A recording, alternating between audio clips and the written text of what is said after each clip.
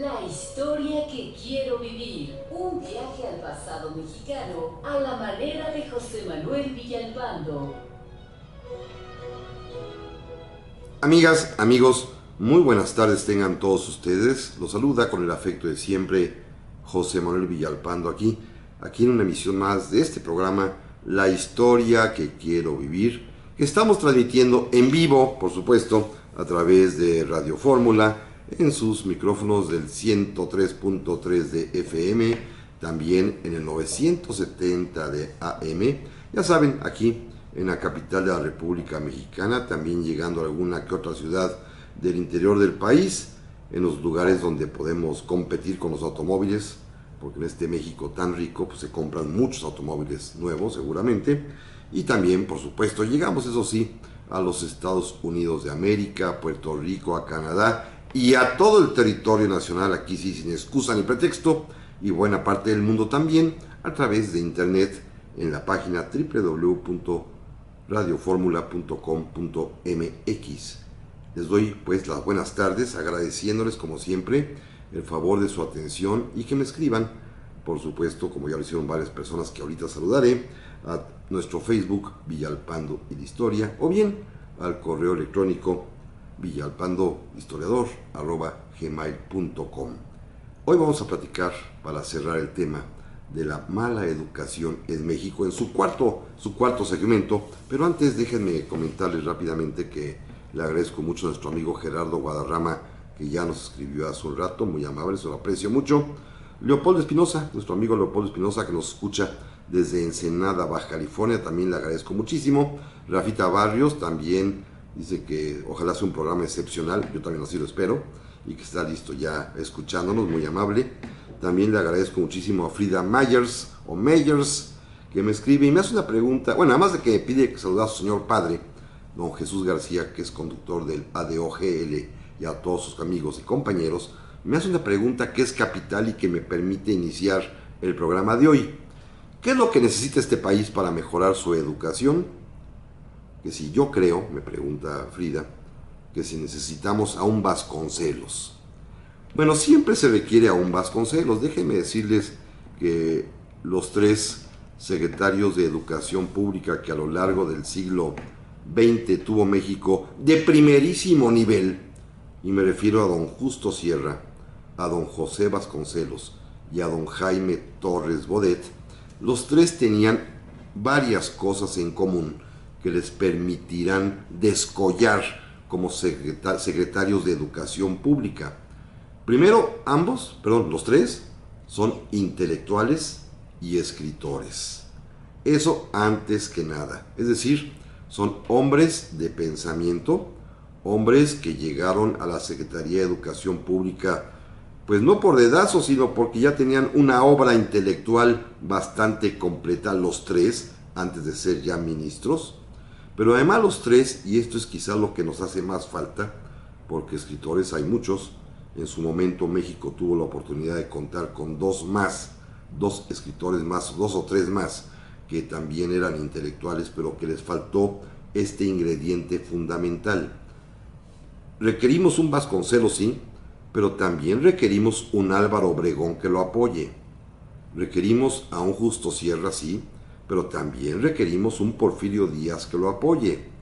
Requerimos un Jaime Torres Bodet, sí, pero también requerimos de un Manuel Ávila Camacho primero y después, años después, de un Adolfo López Mateos que lo apoyen.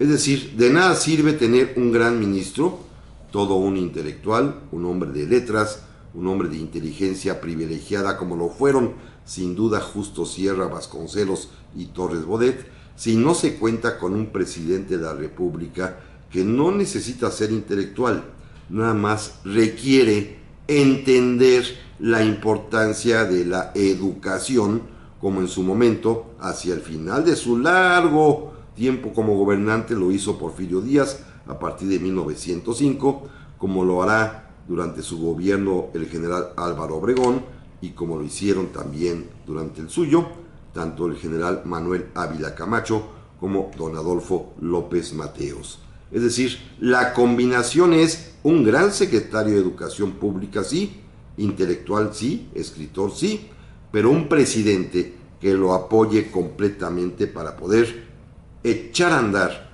un proyecto educativo que de veras conmueva a la nación, como en su momento fueron lo que hicieron aquellos tres, y nos permita salir del agujero. Bueno, vamos a empezar. Déjenme rápidamente recapitular lo que platicábamos hace 15 días, porque recuerden que hace 8 hice un corte para hablar de otro tema distinto, y nos quedábamos justamente en la obra de don Jaime Torres Bodet, al final del sexenio ya del presidente López Mateos. Y simplemente para recordarlo, recuerden que don Jaime es el creador, el redactor en realidad del artículo 3º constitucional, que en su parte medular establece la educación nacionalista mexicana, ya libre de odios, con un sentido mucho más científico, progresista, encaminado hacia la paz, y que también tuvo como un gran éxito el haber establecido el famoso plan de 11 años, que implicaba esta obligación de todos los mexicanos de cursar al menos, y estoy hablando ya de los 60s, 11 años de escuela, 2 de jardín de niños, 6 de primaria, 3 de secundaria. También tuvo mucho éxito don Jaime con su programa de capacitación del magisterio, empeñado en poder darle a los maestros mexicanos una mucho mejor preparación a través, por ejemplo, de la creación de escuelas de alto nivel como la Escuela Normal Superior, que es obra en su cuestión de infraestructura del propio Torres Bodet. También creó el Consejo Nacional Técnico de la Educación como un organismo que aglutinaba a los mejores cerebros en materia educativa en México para que ellos fuesen los que diseñaran los planes de estudio, los que revisaran el contenido de los libros de texto, los que organizaran pues todo el aparato educativo nacional, que es obra, repito, del propio don Jaime. También, naturalmente, uno de sus más grandes éxitos es el haber dado a los niños mexicanos, como lo dijo el propio presidente López Mateos, el mejor regalo que el país podía darle a través de los libros de texto gratuitos, que tuvieron polémicas en su momento, en efecto, porque si era un libro único o no, ya se aclaró que no era libro único, era el libro, eso sí, gratuito, que el Estado mexicano podía proporcionarle a sus niños para que hubiese, por lo menos en tantas casas miserables que hay en México, en tantas casas humildes que existen en México, hubiese por lo menos unos libros dignos, los que edita la Patria Mexicana para sus hijos, a través de los libros de texto gratuito. Y el mismo Torres Bodet comenta en sus memorias algo que a mí me parece siempre muy bonito, porque ya después de haber dejado la Secretaría de Educación Pública, caminaba por allí algún día paseando por alguna calle y de pronto vio que un chiquillo corría casi atropellándolo, llevaba en sus brazos los libros de texto, y eso a don Jaime le dio muchísima emoción y mucho gusto, porque pensó que ese niño con el que acababa casi de tropezarse, que no sabía quién era ese señor viejito que estaba estorbándole el paso, ese niño llevaba algo que él había hecho. Y esto es pues quizás una de las grandes satisfacciones, porque como dijo el propio Torres Bodet cuando vio eso, no hay nada más grato para el hombre y que le cause más placer que poder hacer en la madurez, darle cumplimiento a los sueños de la juventud. También recordemos que don Jaime pues fue un magnífico y maravilloso creador de museos. A él le debemos justamente este museo mexicano, que es orgullo de nuestra patria y que compite en calidad y en lo que expone, como las obras de arte que allá adentro tiene, que es el Museo Nacional de Antropología, el que está en el bosque de Chapultepec, en el viejo bosque, ahí sobre el Paseo de la Reforma. Es obra del propio Jaime Torres Bodet, quien le dejó la mesa puesta, hay que decirlo con toda claridad, al siguiente secretario de Educación Pública, que también era un escritor, nada más que un escritor que pues ya se conformó con pasar el tiempo, porque con toda claridad hay que decir que don Jaime le dejó ya todo el camino andado. Este hombre, que fue el secretario de Educación Pública del presidente Gustavo Díaz Ordaz, se llamaba Agustín Yáñez, y no tuvo mayor problema en la vida más que transitar estos 6 años de sexenio en esta posición tan cómoda, repito, ya con el trabajo realizado, pero sin embargo tuvo 2 o 3 éxitos interesantes. Uno de ellos, él se preocupó ya por llevar la educación, sobre todo la secundaria, a los lugares más recónditos del territorio nacional, a las comunidades más apartadas en los desiertos, en las sierras, en la selva, en los lugares pues en donde no llegaba nada, sí llegaba la televisión. Y por lo tanto, él es el que inventa, el que crea el concepto. ¿Se acuerdan, amigos, de la telesecundaria? Esta forma tan especial, tan moderna mexicana en aquellos años de poder llevar a los muchachitos adolescentes de entonces la educación de estos 3 años de secundaria a través de la televisión, con un maestro que controlaba las aulas, simplemente para organizarlos y para que pudiera estar atentos, para que hiciera las tareas con ellos, para que los examinara y le daban validez oficial. Además también de que es don Agustín Yáñez quien unifica los calendarios escolares, porque los que son de mi edad o más se van a acordar que en aquel tiempo en México, según el Estado de la República, había 2 tipos de calendarios: los del tipo B, que es como hoy en día, de agosto, septiembre a mayo, junio, y los de tipo A, que iban a la escuela, o íbamos a la escuela, de febrero a noviembre. ¿Se acuerdan? Bueno, con Agustín Yáñez se decide que el calendario único escolar de toda la República Mexicana sea el tipo B, el que corre de septiembre a mayo más o menos, porque se entendió que pedagógicamente los meses de verano hace mucho calor y no se estudia. Volvemos enseguida. Y estamos aquí, amigas, amigos, para este segundo bloque de esta tarde de la historia que quiero vivir. Muchas gracias, le aprecio mucho a nuestro amigo Manuel García, que me ha escrito desde Querétaro, invitándome a Querétaro, por supuesto, que ya pronto iremos por allá. Muchas gracias. Don Rolando Orozco desde Puebla, te agradezco muchísimo. Me recuerda que hay muchos tópicos que los cuales no he hablado, como la revolución de Agua Prieta, el impacto de la historia oficial en el México contemporáneo, la masonería, Obregón, en fin, no, es que no me da tiempo. 1 hora a la semana realmente, no sé, a veces pienso que tendría que ser diario por lo menos, pero de otra manera, pues no abarco todo y no me da capacidad, ni vida, ni tiempo para hacerlo, así que pues hacemos lo que podemos poco a poquito cada sábado nada más. Don Elías Moreno, muchas gracias, desde Moreno Valley, California, está listo para la clase, dicen, muchas gracias. Don Raúl Tamayo, que siempre nos escribe desde Indianápolis, allá en los Estados Unidos, se lo aprecio enormemente. Iván García dice que está presente en su clase favorita, muchas gracias, se lo agradezco muchísimo. Y bueno, decía yo que Agustín Yáñez tuvo como mayores realizaciones después de que él encontró todo pavimentado ya por Torres Bodet, pues no se preocupó por mucho. Él es el autor, ustedes recuerdan, de una novela también muy bonita, estas clásicas de la literatura mexicana, que se llama Al filo del agua, una muy buena novela. Agustín Yáñez era político y escritor a la vez, ya había sido gobernador de Jalisco, después fue, sin pena ni gloria, secretario de Educación Pública con el presidente Díaz Ordaz, pero al final de su gobierno, de Díaz Ordaz, el secretario Agustín Yáñez le pidió al Consejo Nacional Técnico de la Educación un estudio muy serio de diagnóstico de qué retos se enfrentaría la educación mexicana a partir del año de 1970. Fíjense, hace ya casi 50 años, ¿eh?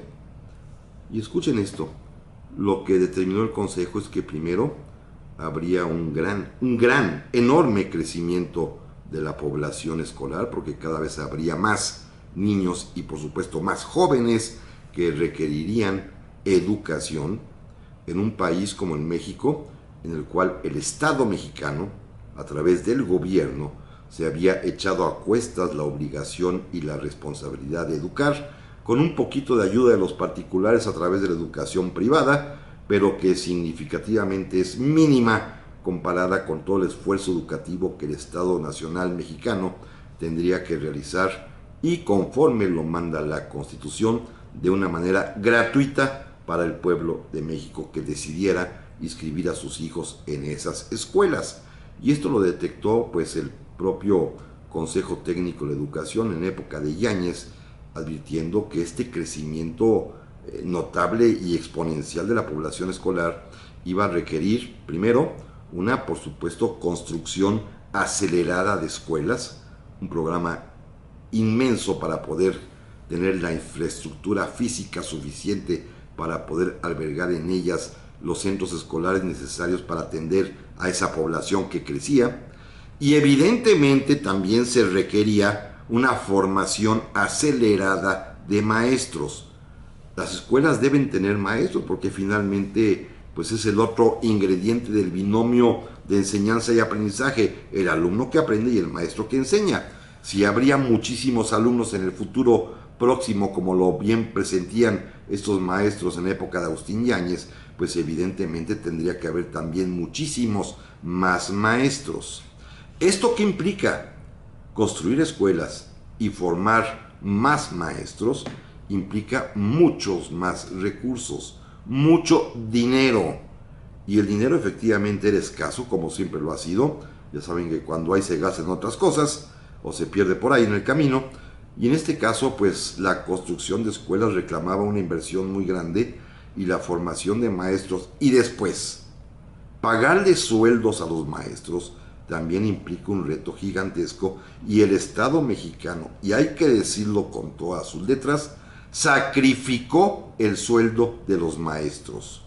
Miren, simplemente con un ejemplo que yo tengo cercanísimo en mi propia vida, puedo decirles y afirmarles que los maestros mexicanos en instituciones oficiales en los años de Torres Bodet y de Yáñez, como mi papá y mi mamá, era el sueldo lo suficientemente decoroso para poder tener 4 hijos y poder construir una casita. A partir de ese momento de los 70s, cuando llega el presidente Echeverría, los sueldos de los maestros se van a ir deteriorando poco a poco cada vez más, hasta el grado tal de que el maestro mexicano tiene sueldos absolutamente de miseria. Así hay que calificarlos, porque no queda de otro remedio, porque, repito, vamos a hacer una especie de justificación moral de la patria. Había que construir muchas escuelas, había que tener muchos maestros para atender a muchos más niños y jóvenes que estaban apareciendo en el escenario en los años 70, y el sacrificado fue el maestro. Ya no se diga que hubo escasez también de materiales didácticos y algunos elementales como pupitres o pizarrones. Ya no se diga de tener gises o de tener algún otro tipo de elementos más modernos. Y sin embargo, bueno, además de todo esto, el propio Consejo Técnico de Educación diagnosticó en época del presidente Díaz Ordaz que frente a esta realidad verdaderamente tremenda que habría que hacer frente, había otra que se estaba desarrollando, y es que con la aparición de la televisión, aunque ustedes no lo crean, se detectó claramente cómo en las familias mexicanas, en las casas, sea cual sea su conformación, con papá y mamá, o nada más mamá, o con abuelitas o con tías, poco a poco fue sustituyéndose la atención personal que los niños recibían por parte de quien estuviese a su cargo, la tía, la nana, la abuelita, la mamá, el papá o todos juntos, se fue sustituyendo por la presencia de esa cosa que se llamó la televisión. Poco a poco el niño fue siendo abandonado a la televisión, poco a poco la televisión fue ganando terreno en las mentes infantiles, y poco a poco se fue perdiendo una serie de hábitos fundamentales, como el de la dedicación al estudio, cuidado por las mamás o por la tía o por quien hacía la tarea antes. Poco a poco se fue perdiendo el interés por la lectura, y peor tantito, si en la casa el niño no ve que lean los papás, pues evidentemente esto pues pasó a mayores consecuencias, y poco a poco pues de pronto se encontraron los expertos del Consejo Técnico de Educación que tenían que competir con una serie de distractivos o atractivos como era la televisión, o lo llamaríamos redes sociales o internet, que hacían más complejo y difícil la enseñanza de los niños en México. Y esto es un estudio del año de 1969 y 1970, Hace 48 años ya se sabía este problema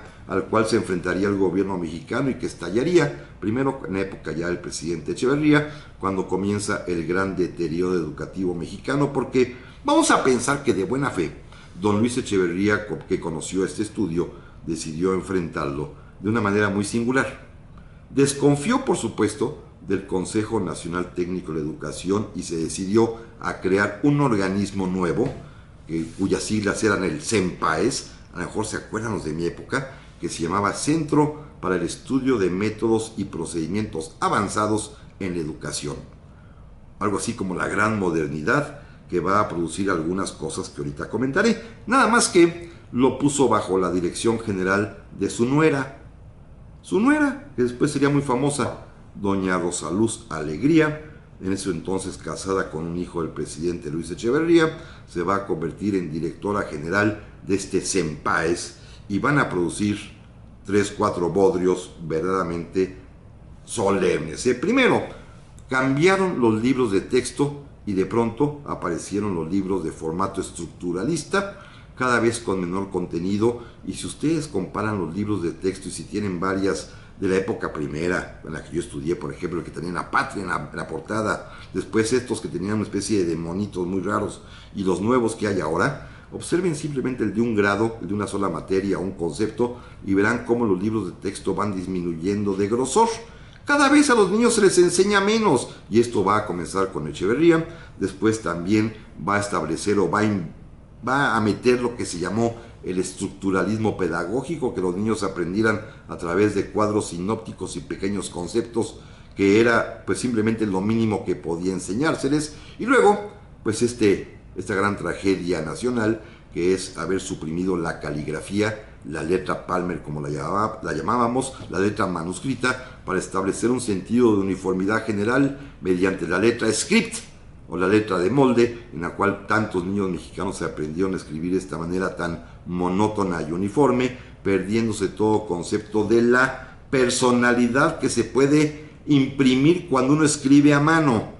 Llegó un momento en los años finales de los 70 que un niño que solamente podía escribir y leer letra script, era imposible que leyera un recadito de su mamá de ve al mandado por favor y compra el pan. No lo podían leer, no podían simple y sencillamente descifrar la caligrafía antigua. Esto afortunadamente ya se remedió, ya los niños vuelven a escribir de ambas maneras, pero hubo una temporada en la cual a los niños mexicanos literalmente les impidieron el poder expresar su personalidad a través de la palabra escrita, porque la letra script pues no permitía que cada quien pudiese ser definido conforme a su forma de escribir, valga la redundancia.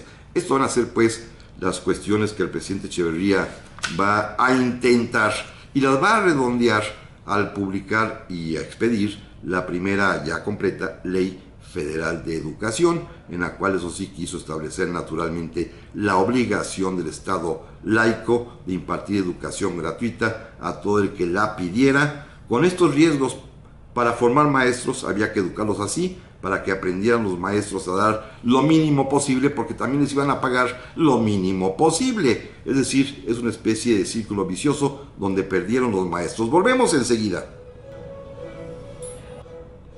Estamos aquí, amigas, amigos, para este tercer bloque de esta tarde. Muchas gracias a don Fernando Paulina Bedillo, que nos saluda desde Morelia, Michoacán. Dice que está interesante el programa. Muchas gracias. Don Jorge Lozano, que me ha escrito y me dice que buen punto lo de la letra y que ahora ya le quedó claro por qué él vivió este cambio. Pues sí, fue un cambio verdaderamente drástico que en buena medida tenía que ver con la formación de maestros para que evitarles el proceso de enseñanza de la lectoescritura. Miren, la labor de un maestro, fundamentalmente de un maestro de primaria, que son tan menospreciados y tan desvalorados en nuestros días, es fundamental. El milagro de hacer que un chiquito pueda leer y escribir es algo que solamente se obtiene, por supuesto, con el amor que tiene un maestro o una maestra, pero con las técnicas psicopedagógicas adecuadas. No es enchilame otra, Tiene un proceso muy gradual, científicamente bien demostrado y probado, que los maestros siguen para poder enseñar a los niños a leer y a escribir. Y claro, en una formación apresurada de maestros, pues fue mucho más fácil inculcarles y enseñarles la manera de enseñar la letra script, que es más fácil, y no la letra manuscrita, que repito, a la larga esta letra es la que puede transmitirse y leerse y verse en los textos, como todos sabemos, la personalidad de las personas. También le agradezco infinitamente, de una vez, aquí lo veo de una vez, a don Alberto Flores, dice que es un gran tema, se lo agradezco infinitamente, muchas gracias. Don Javier Arellano desde Nueva Orleans, allá en Luisiana, dice que gracias también, que se reporta como cada sábado, pues se lo aprecio enormemente. Y miren, vamos a tocar un problema grave en México. Los secretarios de Educación Pública. Hace rato, cuando comenzó el programa, que alguien amablemente me pregunta, Frida Meyers me preguntó si requeríamos otro Vasconcelos, decía yo que sí, pero requerimos también un presidente que apoye al secretario de Educación Pública, porque no me queda duda alguna que hemos tenido secretarios capaces, secretarios prominentes, secretarios ilustrados, secretarios intelectuales, otros no tanto, y platicaremos de ellos, pero lo que hace falta para que México diese el salto educativo fundamental y volver a tener las esperanzas y expectativas que levantaron, repito los nombres porque deben ser señeros en esto, Justo Sierra, José Vasconcelos y Jaime Torres Bodet, lo que hace falta es tener un presidente que apoye y entienda el concepto de lo valioso que es educar al pueblo. Miren, mi papá, que era pedagogo y que tiene un libro sobre historia de educación, comenta en uno de sus capítulos que finalmente en este país, en donde los problemas, como lo dije en la primera sesión que hablamos de esto, evidentes y los que más lastiman son la inseguridad, la violencia, la impunidad y la corrupción, si estos son los problemas graves que enfrentamos cotidianamente, el otro, pues no pasa nada porque de mala educación nadie se va a morir. Efectivamente, no pasa absolutamente nada. El problema está cuando la suma de malas educaciones abarca varias millones de personas y entonces el que paga el precio es el país que no progresa porque tiene una población mal educada o sin educación, para decirlo con toda claridad.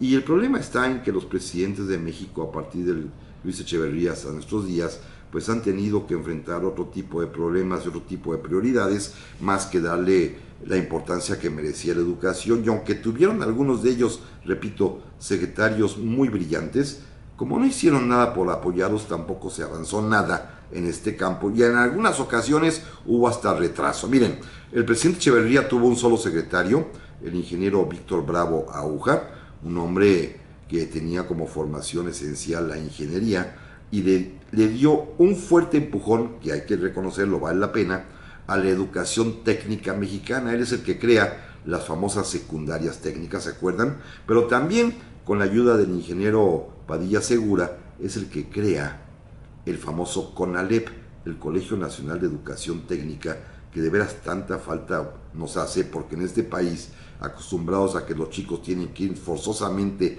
a la universidad a obtener un título de licenciado o de doctor o de maestro, y que luego no se lo quitan ni para dormir, y hasta en Facebook hay quien se llama licenciado fulano y tal, como ustedes habrán visto. Nos hace falta técnicos especialistas muy buenos, y la idea de Echeverría a través del secretario Bravo Aúja no es de desmerecer.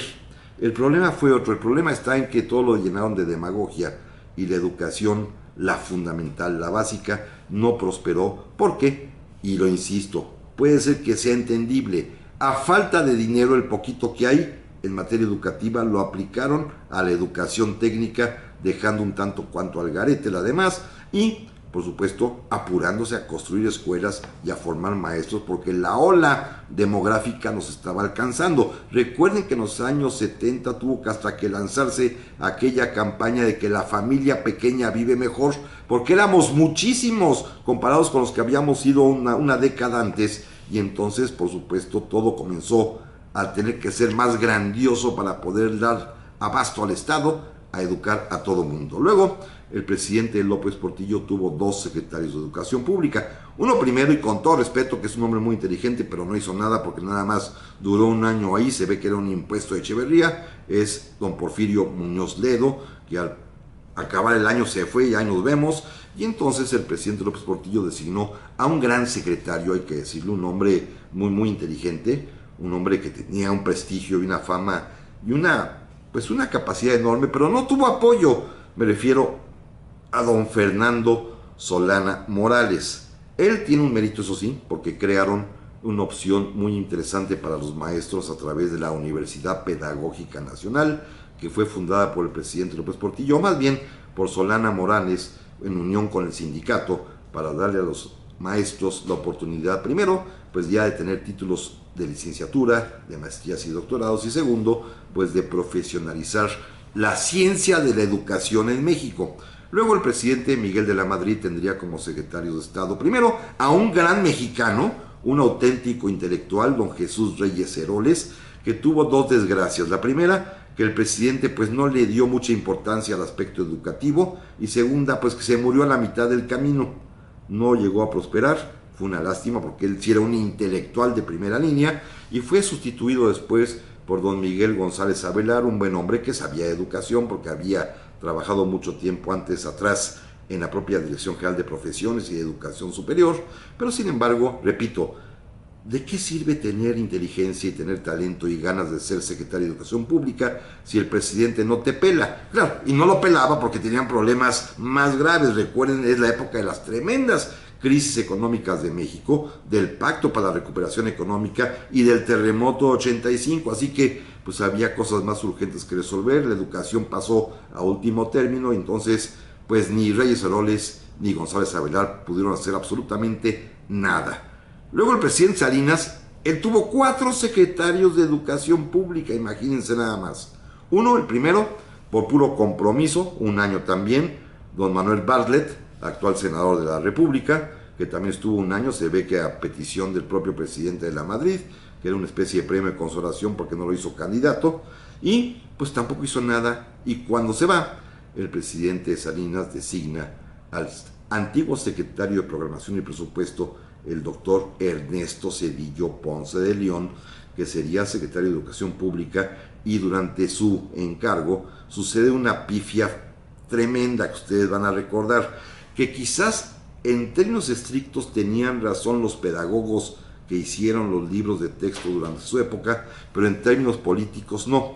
¿Se acuerdan los libros de texto Zedillo famosos, en los cuales de pronto en los de historia desaparecieron los niños héroes y en cambio apareció el movimiento del 68 reprimido por el ejército, y dicen que esto ocasionaría un reclamo tremendo por parte de las autoridades militares que obligaron a retirar los libros de las escuelas, a cambiarlos y hacer nuevos libros? Después llegaría una temporadita don Fernando Solana Morales otra vez, cuando Zedillo se fue a la campaña con Colosio y se convirtió finalmente en candidato presidencial, pero Solana como que ya no se halló y designaron a una persona que debió haber sido el secretario desde el principio, un personaje fantástico que había sido el presidente del Consejo Nacional Técnico de la Educación, un hombre que sí sabía educar, que es don José Ángel Pescador Osuna, que nada más tuvo un año de secretario, pero él debió haber sido todo el sexenio, pero en fin, nunca se elige al mejor.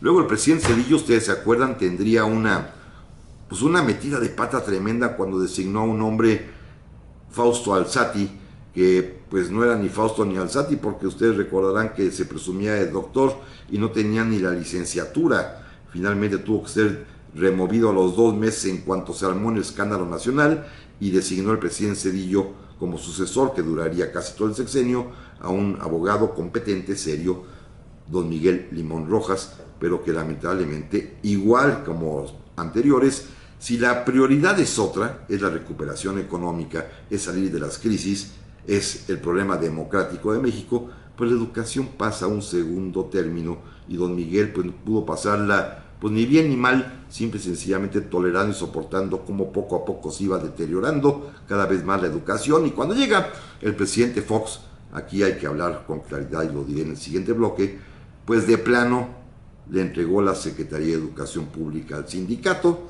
a doña Elba Ester Gordillo, y designaron como secretario a un señor que venía de Monterrey, don Reyes Tamés, que tenía la ocurrencia de ni siquiera despachar en la Secretaría de Educación Pública, lo hacía en un hotel, y pues la educación mexicana a los 6 años del presidente Fox, ni fu ni fa, pasó de noche.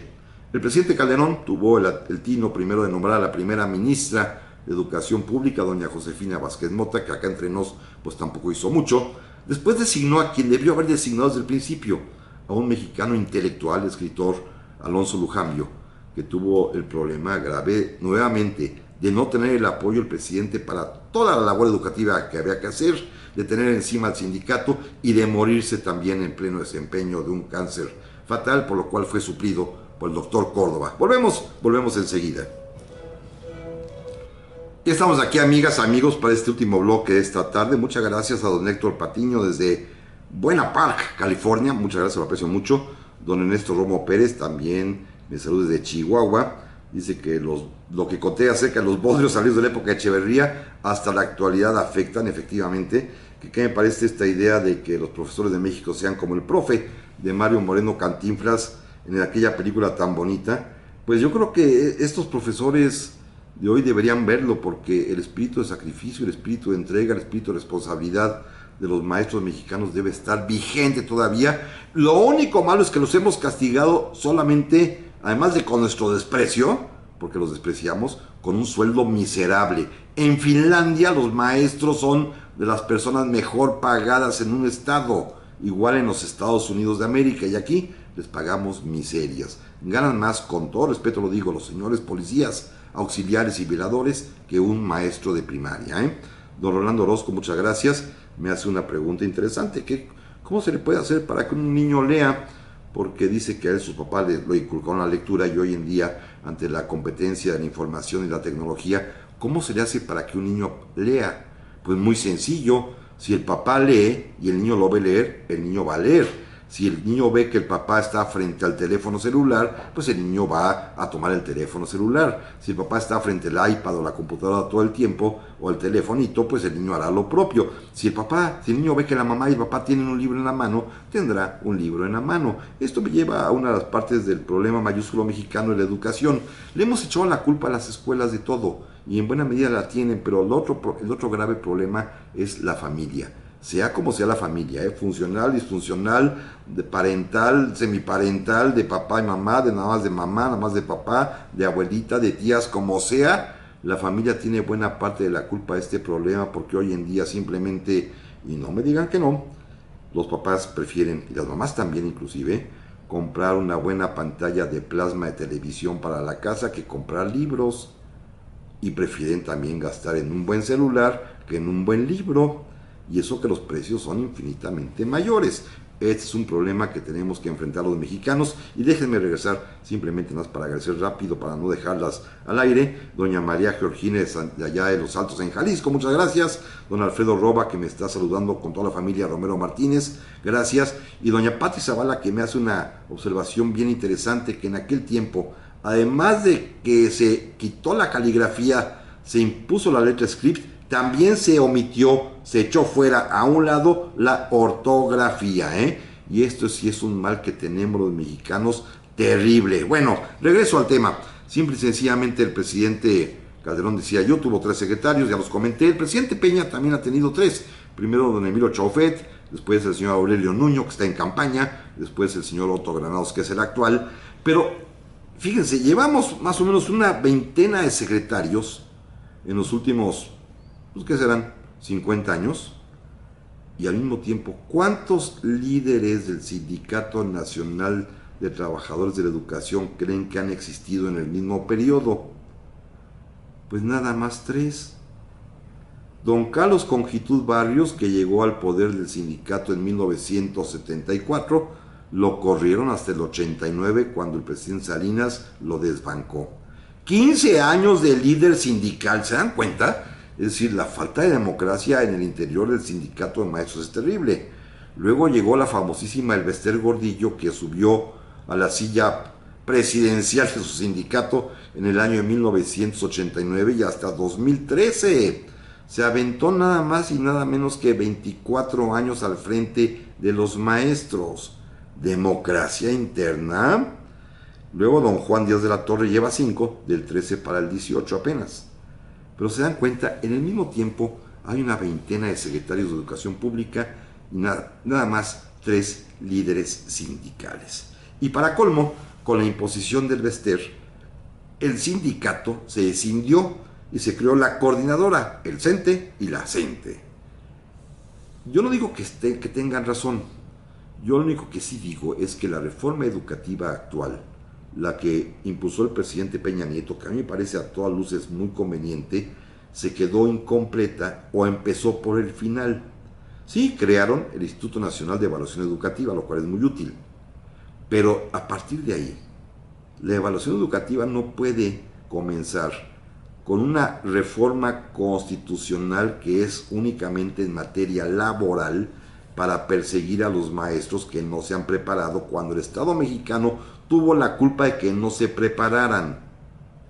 Es decir, yo creo que es muy injusto para los maestros mexicanos, y lo digo porque soy maestro finalmente, y eso a mí me duele profundamente.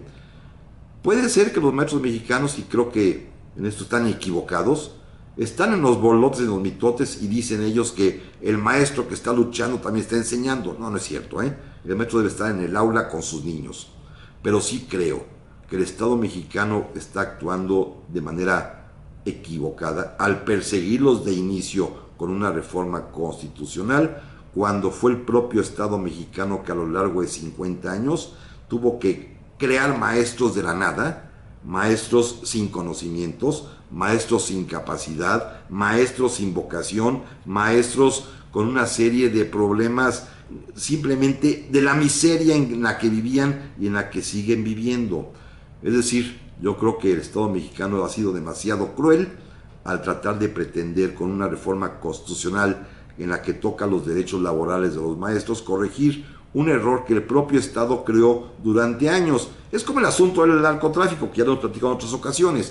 Si el Estado mexicano en aquellos tiempos de la Segunda Guerra Mundial permitió que hubiese contrabando de marihuana y de amapola para los Estados Unidos, para los combatientes norteamericanos en la guerra, y resulta ser que después ya mejor lo prohíben, pues así lo mismo pasa con la educación. Si el Estado mexicano se impuso la obligación de atender y educar a millones de mexicanos en una población geométricamente creciente en los años 70 y 80, de buenas a primeras sale con que ahora quiere correr a los maestros que no están bien preparados, cuando el Estado mexicano fue el que impidió que se prepararan por la urgencia de atenderlos, y a los que siempre castigaron con sueldos bajísimos. Ese es mi reclamo fundamental, y por eso de alguna manera entiendo lo que piden los maestros, aunque no comparto y no estoy de acuerdo con la forma en la que están pidiendo las cosas, bloqueando y causando un trastorno peor, porque están dejando a los niños mexicanos, particularmente en las zonas más pobres como en Oaxaca, como en Guerrero y como en Chiapas y Michoacán, los están dejando en el abandono, mientras el maestro está por aquí tirado en la banqueta en el Paseo de la Reforma o frente al Monumento a la Revolución o en la Secretaría de Gobernación. Eso creo que no se vale con nuestros niños, porque finalmente pues se trata de que estos chicos tengan escuela. Repasemos una vez más el grave estado de deterioro en que nos encontramos, como lo hice hace 5 semanas, recordando los datos de la prueba PISA. Vean ustedes, amigos, por culpa de todas estas cuestiones, particularmente de falta de política, de falta de recursos, de falta de vocación de los maestros y de falta de compromiso de las familias mexicanas, que hay que decirlo también, estamos como estamos. Recuerden, en la prueba PISA, donde 70 países fueron evaluados, México, en el campo de la competencia en ciencias, tenemos el lugar número 64. Fíjense nada más, de 70 en ciencias estamos en el 64 lugar. Es decir, nada más 6 para el último. En materia de competencia en matemáticas, estamos en el lugar número 63 también de 70 países. En materia de comprensión de lectura, estamos en el lugar 62 también de 70 países. Ese es el triste estado de nuestra educación. Y debo además también decir algo, porque estos exámenes se aplican a niños y a jóvenes de primaria y secundaria de escuelas oficiales, pero ¿qué creen? También de escuelas particulares, que este es el otro gran tema, el atraco, el fraude de la educación privada en México. ¿Cuántas escuelas ustedes no conocen particulares en las cuales no les venden a los niños los libros de texto carísimos, los uniformes carísimos, la colegiatura carísima? Todo por este afán de tener un estatus social para que las mamás, con todo respeto lo digo, puedan decir a sus amigas: ¿tu hijo va a una escuela o a un colegio? Claro, la escuela es pública y el colegio es particular. Y la calidad educativa de este colegio particular la han medido, pues aunque no lo crean, en las pruebas enlace nacionales. Las escuelas oficiales, por ejemplo en Mérida, son mucho mejores que las escuelas particulares de la misma ciudad. A ese grado llega, pero simplemente la vanidad y la pose han hecho que proliferen escuelas particulares patito por todo el país. Claro, la única ventaja que tienen es que ahí no suspenden clases nunca, y en cambio en las escuelas públicas, cada vez que hay algún tipo de problemita político, pues los maestros salen a marchar.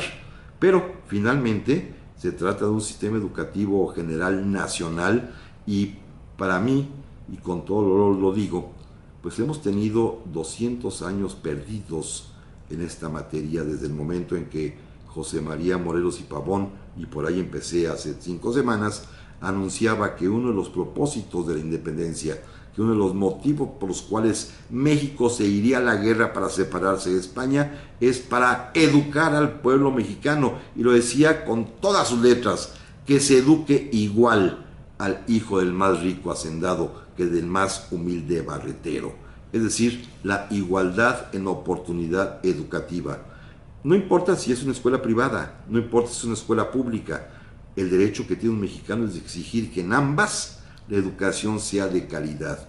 Y no hemos podido dárselas a nuestros niños, y déjenme ser, francamente, si ustedes quieren, inocente, quizás por los problemas económicos, por los problemas sociales y por muchas otras razones, inclusive de atavismo cultural, que no nos han permitido, como decía yo, que hasta en las familias se pueda educar. Gracias, amigos, por hoy es todo. Le aprecio muchísimo a Daniela García en la producción, como siempre, a don Raúl Cruz en los controles, y la semana que entra vamos a cambiar de tema, y a un tema histórico, pero de moda, no me queda de otra. No se los anuncio, lo verán ustedes próximamente en el Facebook, pero primero Dios, aquí nos escuchamos. Pásenla muy bien.